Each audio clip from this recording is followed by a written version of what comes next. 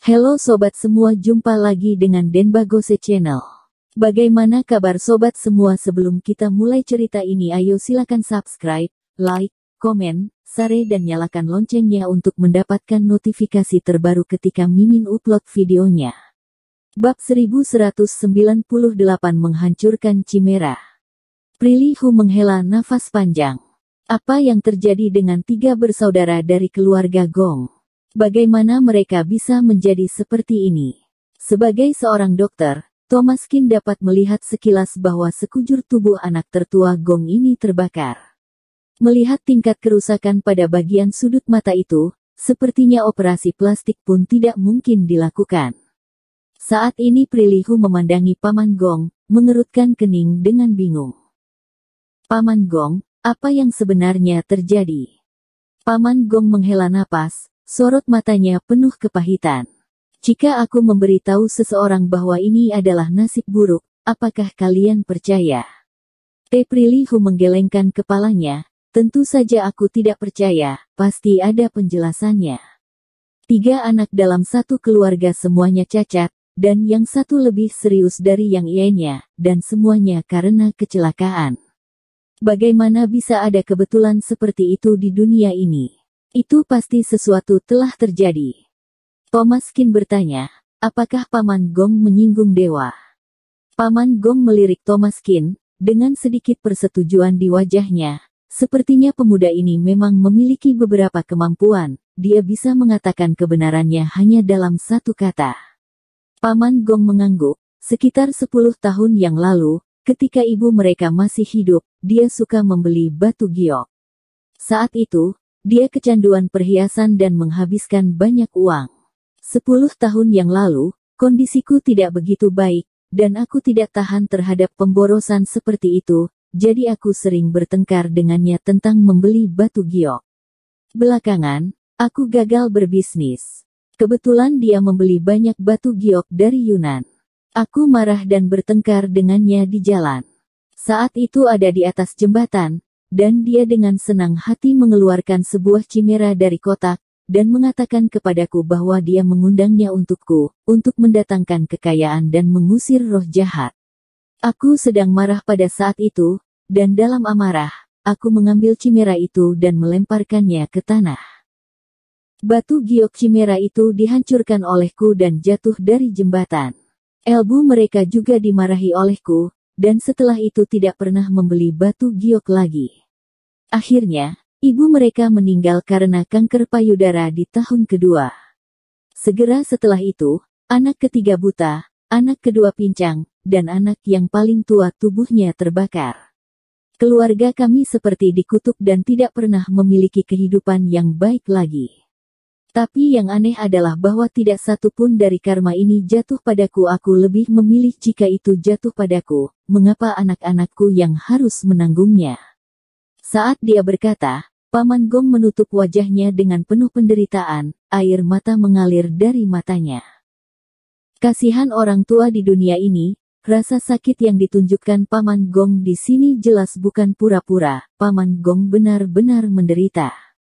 Ini adalah dosa yang dia lakukan saat itu, dan pembalasannya tidak jatuh pada dirinya, malah kepada anak-anaknya, yang membuatnya semakin sulit untuk menerimanya. Prilly Hu juga mengerutkan kening, tidak disangka ada hal seperti ini di dunia ini. Thomas, bagaimana ini, apakah kamu punya solusi? Thomas Qin mengerutkan kening dan berpikir sejenak. Masalahnya sudah lama sekali, memang agak sulit, tapi bukannya tidak terpecahkan. Mata Paman Gong tiba-tiba berbinar, meraih tangan Thomas Qin dan berkata, Thomas, jika kamu punya cara, kamu harus menyelamatkanku. Masih ada gadis keempat di keluargaku yang sedang belajar di luar sekarang ini. Kamu harus membantuku. Gadis bungsu Raman Gong belum mengalami kecelakaan, dan dia tidak ingin gadis yang baik-baik saja ini menjadi cacat lagi. Thomas Qin berkata, ada beberapa syarat. Jika Anda bisa melakukannya, hal ini bisa dipatahkan. Katakan. Bahkan jika itu naik ke Gunung Pedang dan turun ke Lautan Api, aku tidak akan menolak. Thomas Qin menggelengkan kepalanya, kamu salah paham. Aku tidak sedang membicarakan hal ini. Syarat yang aku bicarakan adalah bahwa Anda harus menemukan beberapa barang dari waktu itu. Paman Gong mengerutkan kening. Barang dari waktu itu, maksudmu? Thomas Qin berkata, apa Anda masih tahu di mana istri Anda membeli batu giok? Dan juga jembatan waktu itu juga harus Anda temukan. Paman Gong mengangguk, malu untuk mengatakan ini, aku menemui kesulitan dalam bisnis setelah itu. Itu karena aku menjual beberapa giok yang ditinggalkan oleh istriku sehingga aku dapat mengatasi kesulitan tersebut. Harga dari jade yang naik terus memberi aku modal, jika bukan karena istriku aku tidak punya hari ini. Paman Gong menyesali bahwa dia seharusnya tidak terlalu marah kepada istrinya, kalau tidak semuanya akan baik-baik saja. Tetapi masalahnya sudah seperti ini, dan sudah terlambat untuk menyesal, jadi hanya bisa menemukan cara untuk memperbaikinya. Thomas Qin berkata, karena Anda tahu sumber giok, mudah untuk menanganinya. Masalah harus diselesaikan oleh pembuat masalahnya. Karena kamu pernah menjatuhkan Chimera di masa lalu dan menyebabkan hal-hal yang terjadi sekarang, maka Anda bisa mengundang yang lain. Paman Gong mengerutkan kening.